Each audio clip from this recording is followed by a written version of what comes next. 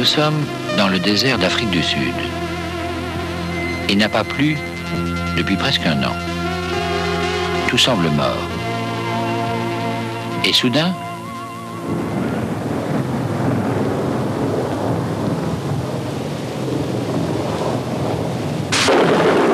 enfin, il pleut.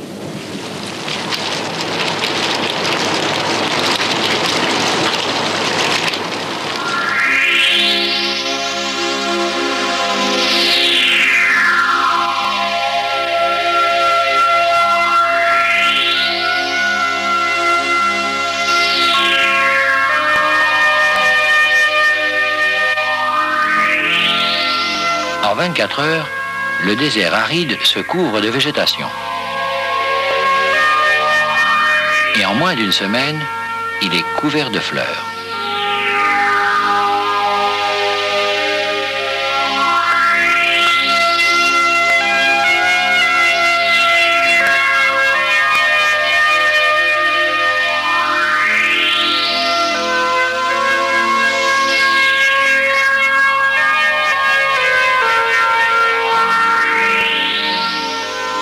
Ce miracle est dû à une invention des plantes que nous sommes toujours loin de savoir imiter. Le pouvoir de mettre la vie en conserve. La faculté d'attendre, des années s'il le faut, les conditions favorables pour donner naissance à un être. En un mot, la graine. Comment la graine réussit-elle ce miracle? Grâce à une intense déshydratation.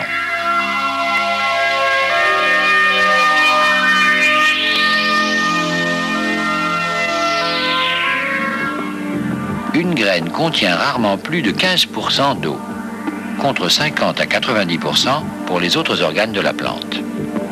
Voyez ces graines dans un bloc de plâtre. Ceci est filmé en accéléré, elles le font éclater.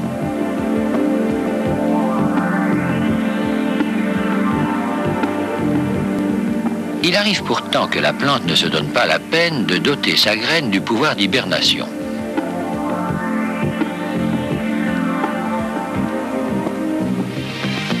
À quoi bon? Pourquoi le ferait-elle dans les pays sans hiver ou sans saison sèche? Ainsi, le cacaoyer, filmé ici en Côte d'Ivoire. Sa graine ne peut pas se conserver plus de quelques jours parce qu'elle garde toujours le tiers de son poids d'eau. Cela ne réduit pas suffisamment les réactions chimiques pour endormir l'embryon. Il faut donc qu'il se développe aussitôt après la fécondation, comme un embryon animal ou humain. Ce n'est d'ailleurs pas la seule originalité du cacaoyer, ses fleurs et ses fruits se développent directement sur le tronc.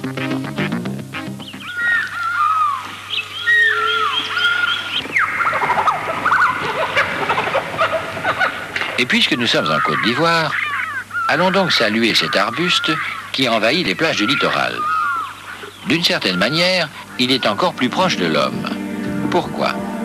Parce qu'en somme, il est vivipare. Il accouche d'un petit.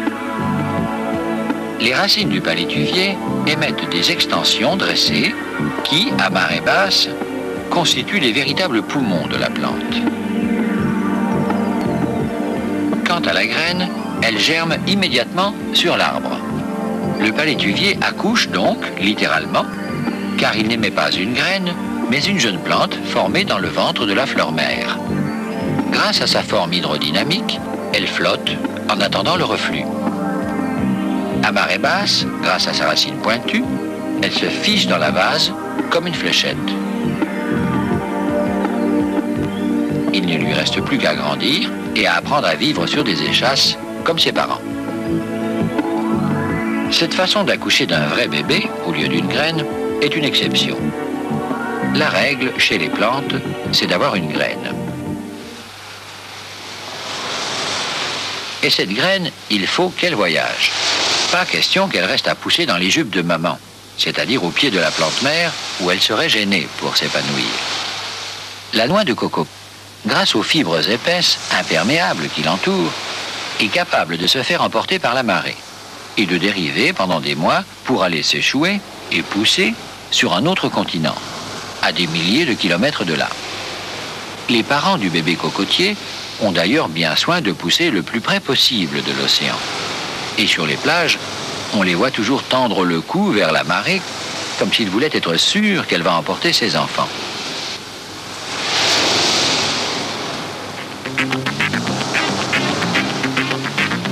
Et le cocotier a tout prévu. 3 petits trous pour que le bébé puisse percer la paroi de son berceau étanche et un fabuleux biberon pour le voyage. Les noix contiennent suffisamment de réserves alimentaires pour nourrir et développer les plantules jusqu'à les faire dépasser 30 cm de hauteur. Et quand nous parlons de bébé cocotier et de biberon, il faut noter que la plante ici nourrit bel et bien son enfant, avec du lait.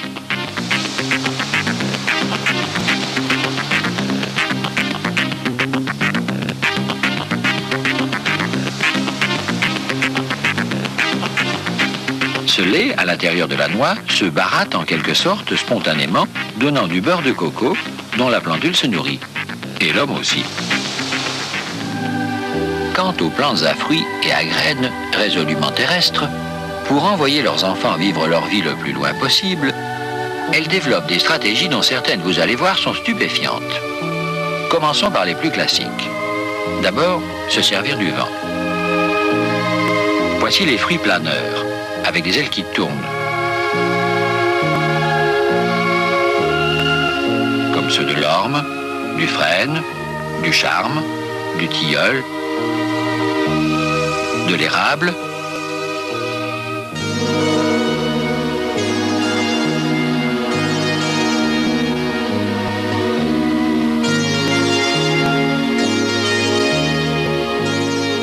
pour augmenter encore le rayon d'action des graines, certaines sont équipées de houppes cotonneuses, légères, que le vent emportera très loin. Très efficaces. Il suffit de voir ce qu'on appelle au printemps la neige des saules et des peupliers. Ce sont des graines qui s'envolent. Le fruit de la clématite a choisi ce moyen de voyager. Et l'asclépias aussi.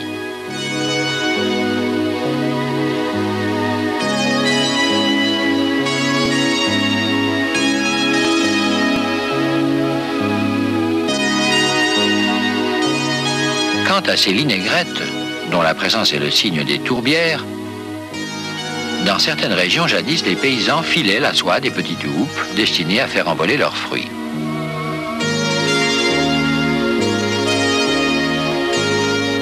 La plus célèbre des graines à houppes, c'est celle du coton, dont nous avons filmé ici la récolte en Afrique. Mais les hommes, à force de sélectionner les plants, ont fini par obtenir des houppes tellement lourdes qu'elles ne peuvent plus s'envoler. Mais qu'importe si la plante est devenue infirme, puisque désormais, c'est l'homme qui se charge de sa reproduction. À l'inverse, et puisqu'ils étaient en Afrique, nos reporters en ont profité pour filmer le chef-d'œuvre des graines à houppes. Ces fleurs sont celles des strophanthus, des lianes tropicales. Elles donnent des fruits en forme de cigare, où les graines, alignées comme des parachutistes, attendent le largage. Quand le cigare bien mûr va s'ouvrir, des milliers de graines parachutes vont s'envoler pour aller pousser ailleurs. Là où est le chef-d'œuvre, c'est que le vent, dans les forêts tropicales, n'est jamais qu'un souffle de brise très ténu. Mais le parachute personnel de chacune des graines est fait de soie si légère qu'il peut profiter de la moindre risée, comme le font les spinakers sur les voiliers de course croisière.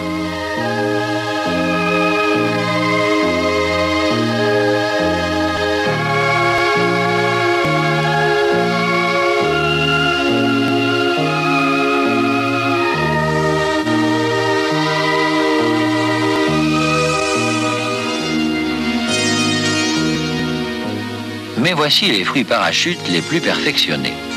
Tout le monde connaît ceux du pissenlit.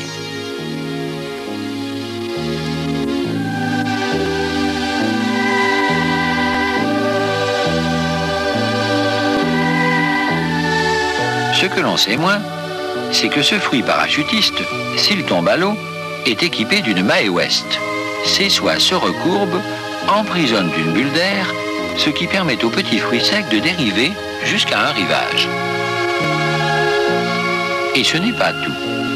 Ce cousin du pissenlit, que les Américains appellent barbe de chèvre, largue ses fruits parachute exactement comme lui. Mais regardez ce que le film accéléré permet de constater. Le parachute du fruit lui permet de tomber sur le sol la pointe en avant. Et une fois à terre, les variations de l'humidité font s'ouvrir et se fermer le parachute, ce qui aide la graine à se planter.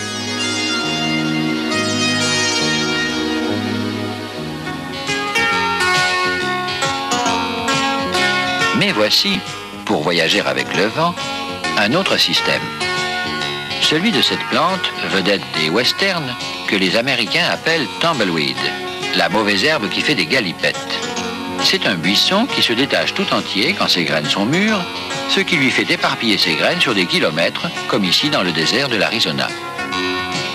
Et puisque nous sommes dans le désert américain, allons donc voir les cactus. Il y a des animaux qui fréquentent les cactus.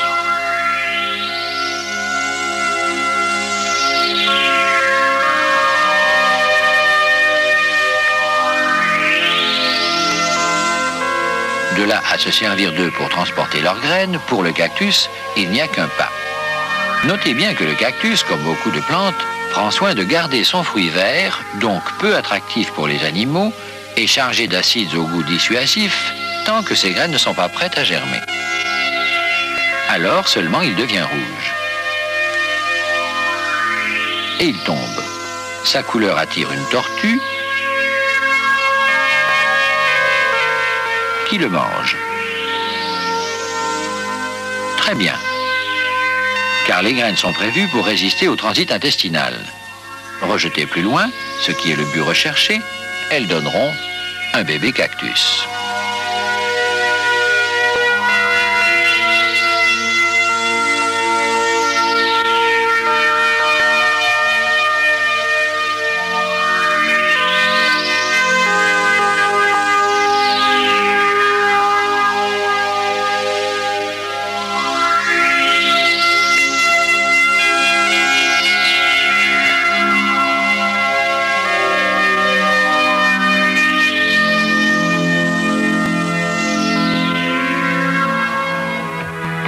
Aux petites baies comme celle du sorbier, elles transforment les oiseaux qu'elles attirent en véritables bombardiers à graines. Des bombardiers de vie au lieu d'être des bombardiers de mort.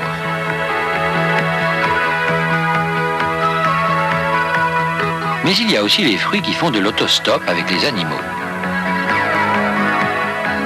Si vous les regardez de très près, les petits fruits ont des crochets qui leur permettent de s'accrocher à la toison des moutons. Ou des chiens, ou des chaussettes des gens, ou comme ici dans la prairie américaine, des ragondins.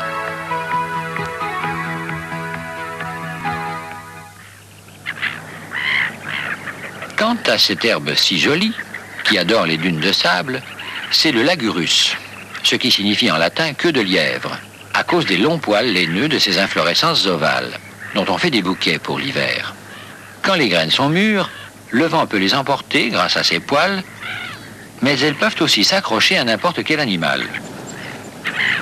Grâce à quoi, la queue de lièvre, encore presque inconnue sur la côte atlantique de la France à la fin du 19e siècle, a remonté de plusieurs centaines de kilomètres vers le nord depuis 50 ans.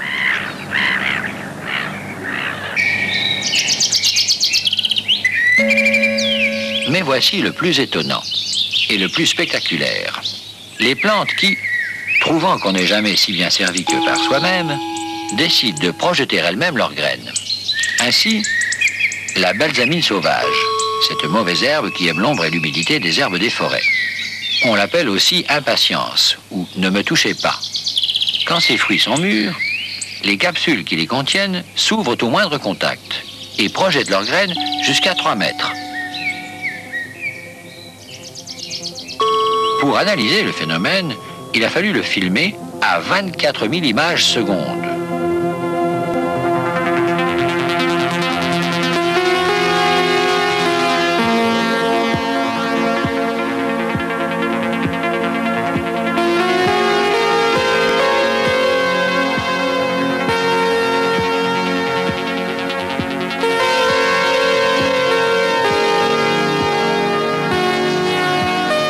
Vous allez maintenant assister au lancement du fruit du géranium sauvage.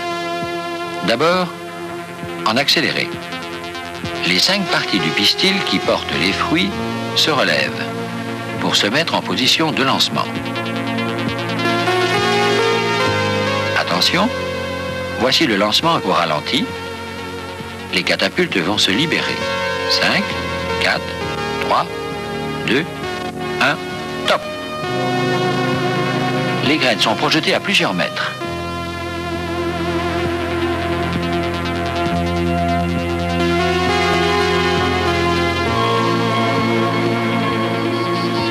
Mais le champion de la projection des graines, c'est l'Ecballium, plus familièrement concombre d'âne ou concombre à trappe, qui se plaît sur les talus dans les régions méditerranéennes.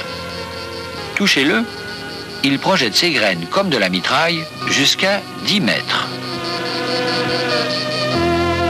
Voici le phénomène à 8000 images secondes. La pointe métallique va toucher le fruit.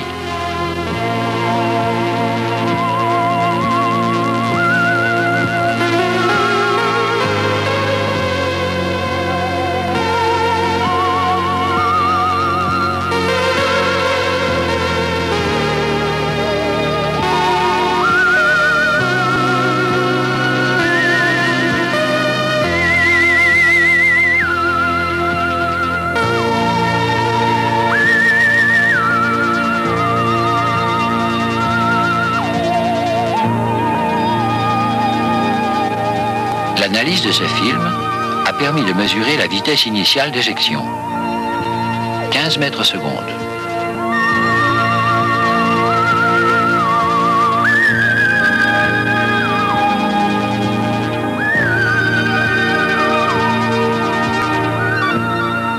Mais voici qui va peut-être encore plus vous étonner. Si le fruit de l'avoine sauvage a ces 2 longues antennes, ce n'est pas pour rien. Une fois tombé sur le sol, grâce aux variations d'humidité, il est capable de s'éloigner tout seul de la plante mère pour aller germer plus loin.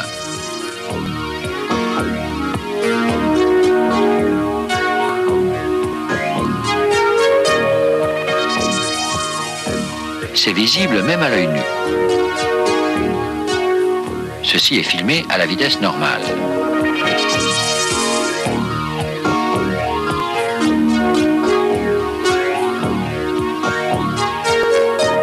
Comment ça marche? C'est le cas de le dire. Eh bien, voici une des antennes en gros plan. Le mouvement accéléré 2 fois. Ce sont les changements d'humidité qui font se tortiller et se détortiller les antennes, ce qui fait ramper le grain d'avoine sauvage.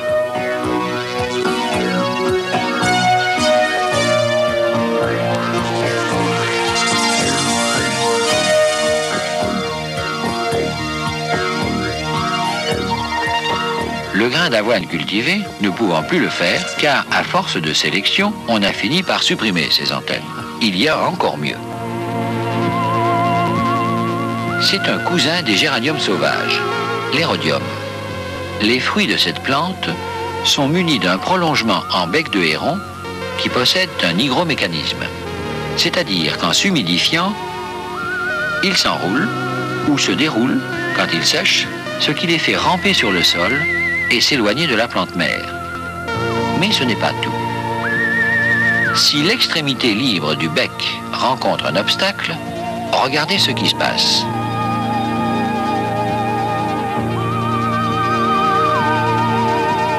Ici, l'extrémité du bec est bloquée par une pipette fine et humectée en même temps par une goutte d'eau, comme le ferait la pluie ou la rosée.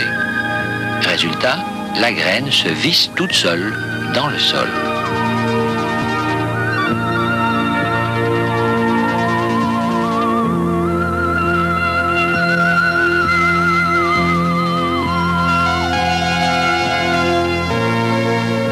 De plus, les soies tournées vers l'arrière lui permettent un meilleur ancrage.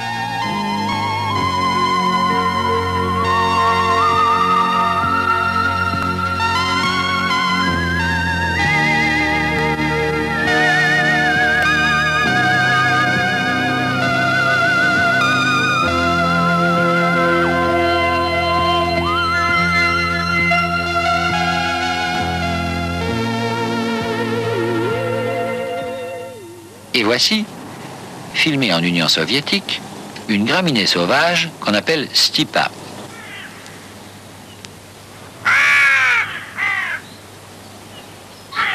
Elle utilise deux techniques. Le vent pour s'éloigner, grâce à une longue antenne en forme de houppe légère, et l'hygrométrie, là aussi, pour se visser toute seule dans le sol.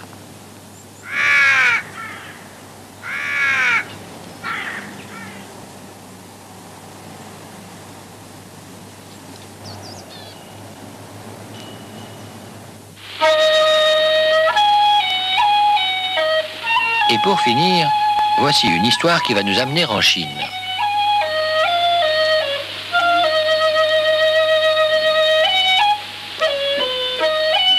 C'est l'histoire de cette plante qui est la championne de longévité des graines, le fameux lotus sacré. On a fait germer des graines de lotus qui dataient de 1000 ans. Ces graines sont contenues dans les trous de ce curieux fruit du lotus qui a l'air ainsi d'une pomme d'arrosoir.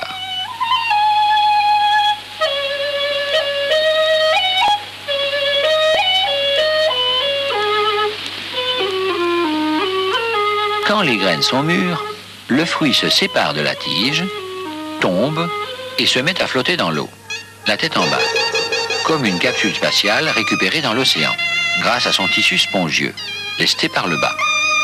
La capsule Nelumbo dérive ainsi au gré des courants et des vents.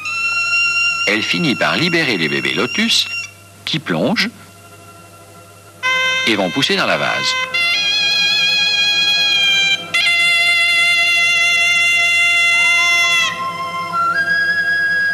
C'est ainsi que le lotus sacré se répand le long des fleuves d'Asie. Le lotus sauvage. Car en Chine populaire, où ont été tournées ces images, les hommes ont décidé que, sacré ou pas, le lotus valait la peine d'être cultivé. Les paysans ramassent les graines qui sont comestibles et surtout récoltent les tubercules des lotus qu'ils mangent comme des pommes de terre, en légumes ou sous forme de fécule. Et comme pour les pommes de terre, au lieu de ressemer des graines, ce qui serait trop long, ils repiquent des tubercules de lotus sous l'eau, dans la vase.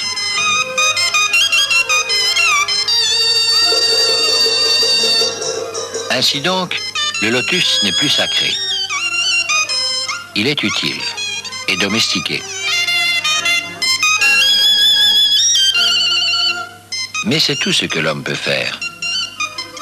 Apprendre à replanter un tubercule.